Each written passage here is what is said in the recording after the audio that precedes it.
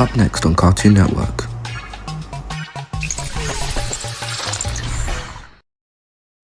Namzar has qualified on pole here for the Singapore Grand Prix with your boy, the closest rival in the championship other than Vesteo to Namzar and the championship leader in this thrilling 2028 Formula 1 season. Millian Brulez locks up the top 10 with the Aston Martin and Ford Performance cars right there in the mix in behind. Further down the grid, we have the other Aston Martin, that being LeBron James, and at the very back of the grid, it is Sanchi and Hernandez. The formation lap is complete, and all we await for are those 5 little red lights.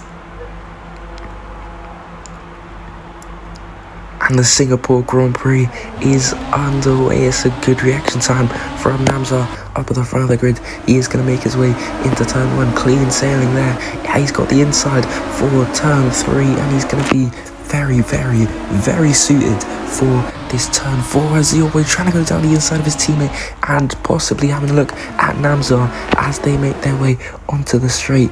And it's going to be Summerview who overtakes your boy on the straight up into second place, and Safraz looking in behind him. Vesteo makes the move on your boy into third place. Your boy losing 2 positions already on this opening lap, and it's going to be Namzar who leads up at the front of the order.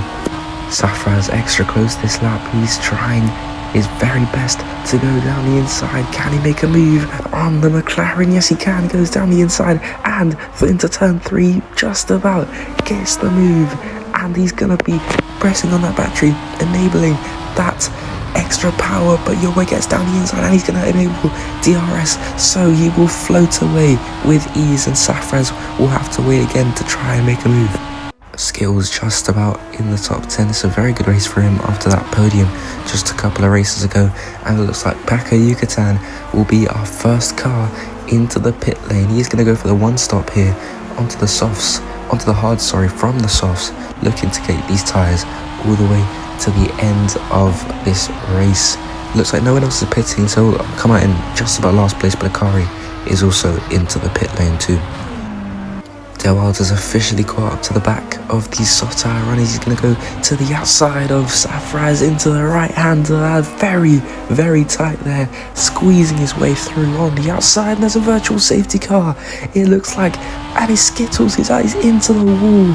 I was just praising him on how brilliant a race he had, but now he finds himself into the barriers out of turn 4, and that is going to cause a full safety car here in the streets of Singapore.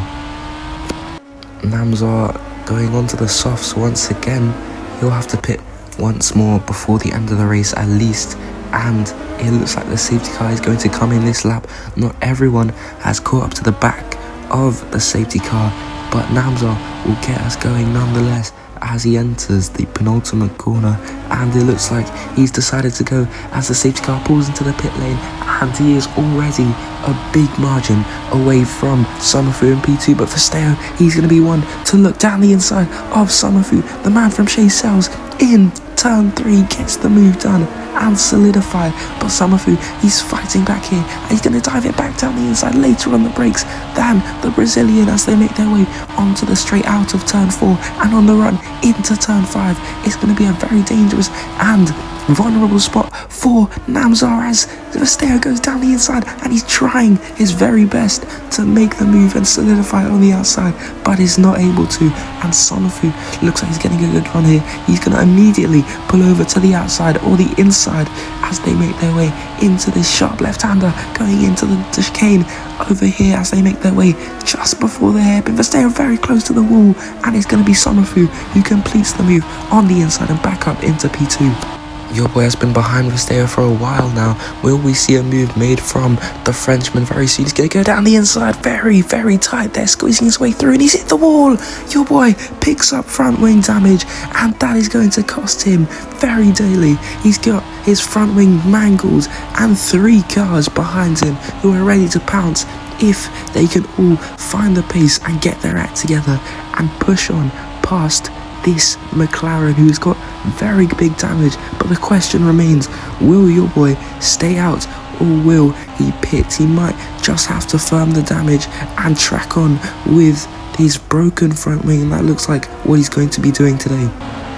The rain has started to pour and Milian Brulez is into the pit lane, and he's going to come out, I think, just about in 10th place. He hasn't got too many problems, but further up, Safraz, he's sitting in second, making it a Williams 1-2. Can he catch up to his teammate?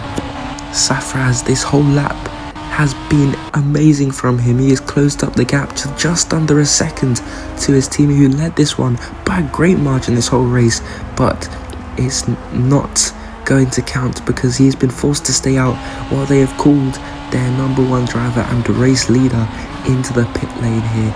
Your boy making a double stack with the McLaren, executing that very, very smoothly, not having to wait any time at all. Delwald also into the pit lane, and Vesteo, so Mercedes also going for that double stack, and they execute that off to absolute perfection.